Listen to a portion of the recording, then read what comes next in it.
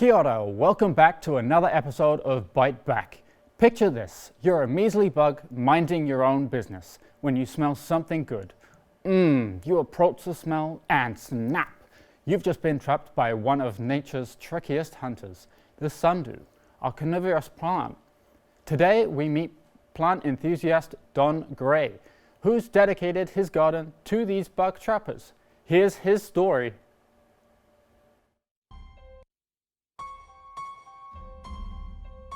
Something that happened when I was a young child, for some reason, triggered something of interest in me to find a plant that actually ate flesh. It was an instant appeal to me. It wasn't just a plant, it was some sort of animal, and that made it much more fascinating. Once it's down in the plant, it will try and claw its way out. The more it claws its way out, the more it stimulates this plant to secrete acids, and the acids will break down the insect. You can hear the insects crawling or buzzing their way in the tubes, and the tubes amplify the sound of the insects. It's strange at night time you come out here and you can hear all these buzzing insects. I always thought of it like a kind of an orchestra of death. I don't tell people about the collection, funnily enough. To me, it's a private hobby, so it's not a public show here, not a public garden to see. Like my first interest in carnivorous plants was seeing photographs in a magazine of Venus flytraps, and I think Venus flytraps are probably a key to a common interest of carnivorous plant collectors. One move into the spine there, nothing. Another hit of the spine twice and it closes. There's about 100 species of sundews or Drosera. A few were found in the wild in New Zealand about 15 years ago. The authorities have decided that it's invasive. They're not allowed to be supplied to the public. It's quite sad because that's probably one of the best examples of a carnivorous plant in the world. Conservation for carnivorous plants is a concern worldwide, particularly in the United States where these particular Sarracenia plants grow. Apparently their native habitat where they grow is now down to less than 2% of what they started out as. At the moment they're almost heading for extinction in the wild, these particular plants. People are converting the swamplands into productive lands for humans. The land is converted, the plants are all gone, the swamp's gone, the plants are gone, and that's a sad fact for the swamp plants. So that's the white trumpet. Homeless, but it's now got some protection here on the other side of the planet, and there are other growers in the States and in Europe that are looking after these plants.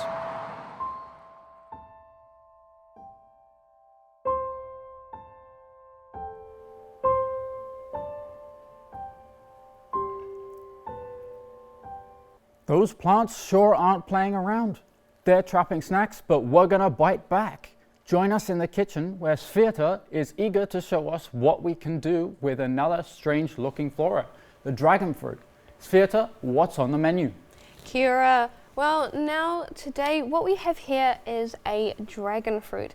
Now don't let the name fool you, these fruits are actually pretty sweet. They're actually part of the cactus family, luckily not too prickly. We'll leave that to the prickly pears. But here we are, we've got a few things with us. We've got a knife, safety first, please don't cut your fingers. We're going to chop it up and we're going to show you some ways that you can plate your dragon fruit. Well, this is a bit scary. Alright, let's do it. We're going to chop the bottom off, like that. Whoa, look at that. That's crazy. Alright, we'll do the other side. Did you know that there are 16 different types of carnivorous plants found worldwide, and 2 of those actually live in New Zealand? They're called the sundews and boulderworts. Strange names. If I had a plant, I think I'd name it like Bob or Kevin. I think that would be pretty cool. Now we've got our dragon fruit. Let's chop it down the middle. That's crazy. It looks like a albino kiwi fruit or something. It's pretty cool. Alright, we'll stabilize it, we'll put it on the flat side, and we'll chop it down again. And now here it should be pretty easy just to peel it.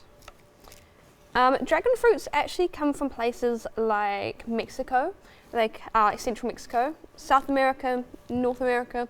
They like warm conditions, mild winters and no frost. So New Zealand's North Island is definitely more preferable. Definitely none of that frost. Alright, now we're going to chop it once it's peeled. Oh, it's a bit slippery, got to be careful. Let's plate it up.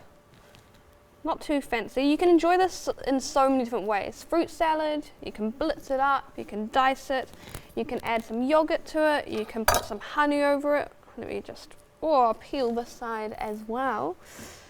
Do some more chopping. Make sure your fingers are out the way. There we are. Oh, looks pretty yummy. I can't wait to dig into this. It's going to be amazing. All right, we're going to plate it up. Let's do some rudimentary plating here. And then we can put some mint leaves over the top. Here, we'll bring it over here for you guys so you can see. Oh, my chopping board's a bit full. Put some mint leaves over the top of it. Decorate it all up nicely. And you can also put some honey over the top. But that's basically how you can enjoy some tasty, tasty dragon fruit for you today. There you go, tuck in. We're gonna eat it up, yum. Can't wait. Wow, that looks incredible. I cannot wait to tuck into that later. Coming up next on Bite Back, we take a little look at the creepiest of crawlies, the good old spider, and maybe we'll turn that 8-legged creature into a tasty afternoon snack. You'll have to wait around for next time on Bite Back. Ka tia te aona.